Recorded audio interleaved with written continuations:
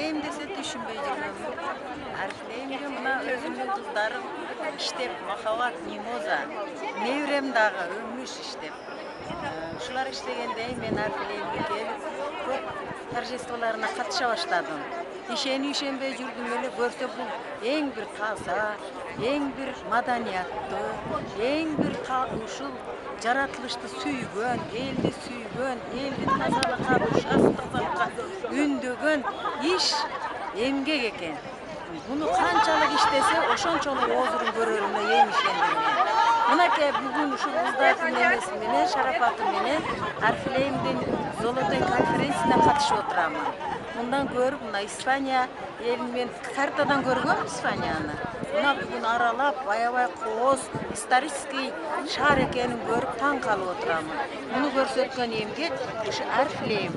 Арфилеймди сүйүп, тынбай эмгектен келет, кыздарым.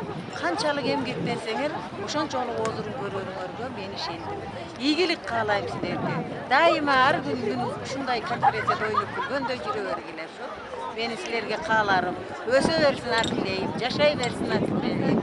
Амин.